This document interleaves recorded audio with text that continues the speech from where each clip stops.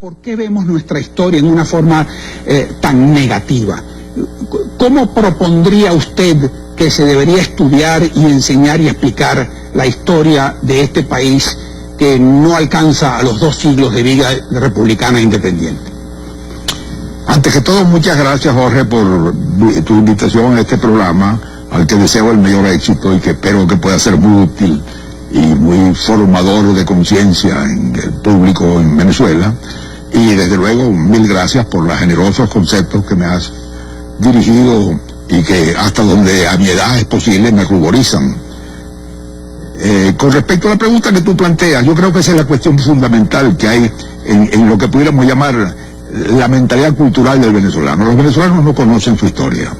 Los venezolanos tienen la mayor deformación de la historia porque la historia ha sido deformada 1000 veces.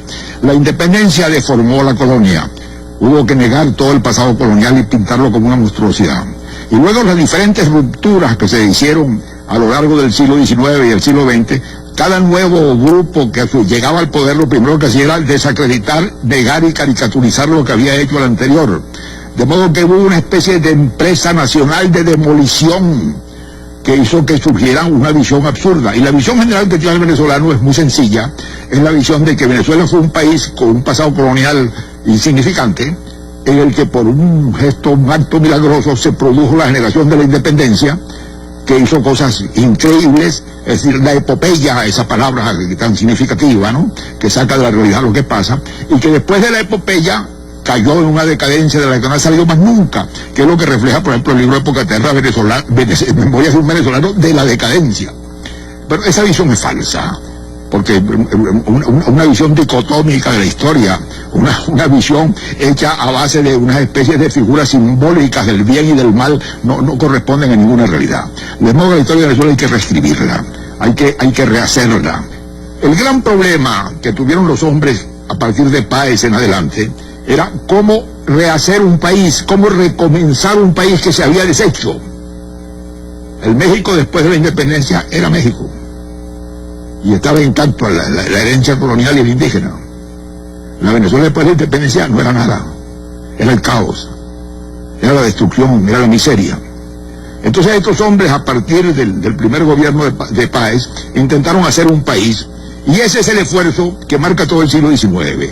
La tentativa de rehacer un país de la nada, un país en que se habían destruido las instituciones, las tradiciones, las clases sociales, se había pervertido toda noción básica de sociedad.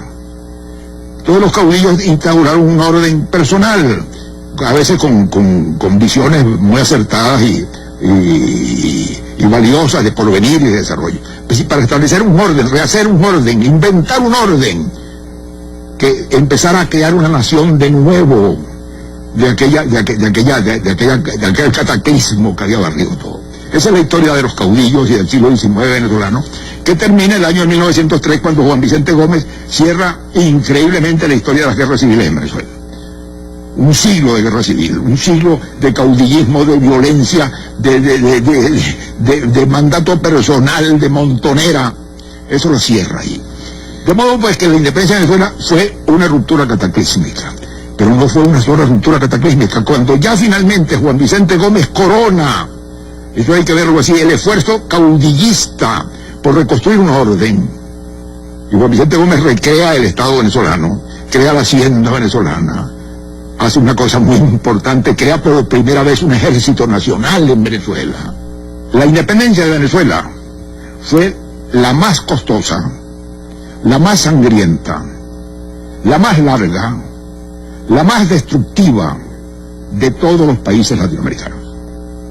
Hubo países latinoamericanos que en 6 meses ganaron su independencia, y en los que la independencia no trajo ninguna transformaciones muy grandes sociales y económicas. En Venezuela la guerra dentro del país duró 15 años, más 5 años más posteriormente, porque Bolívar estaba el año 29 a la cabeza de tropas colombianas en la frontera del Ecuador. De modo que Venezuela hizo 20 años de guerra. Un paisito de 700.000 habitantes perdió la tercera parte de su población, perdió toda la riqueza, perdió todas las instituciones, perdió todas las tradiciones, perdió todas las estructuras sociales y mentales que venían de 3 siglos de régimen español. Eso no pasó en ningún país latinoamericano.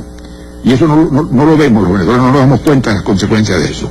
De modo que la independencia de Venezuela fue una ruptura cataclísmica, que deshizo todo lo que había y que es una especie de tabla rasa de la cual salieron entonces, como fruto de toda esa violencia de 20 años, las únicas figuras que podían salir de los caudillos militares, las de los jefes de la montonera. Y entonces ahí se inicia ese siglo XIX de caudillos y de guerras civiles.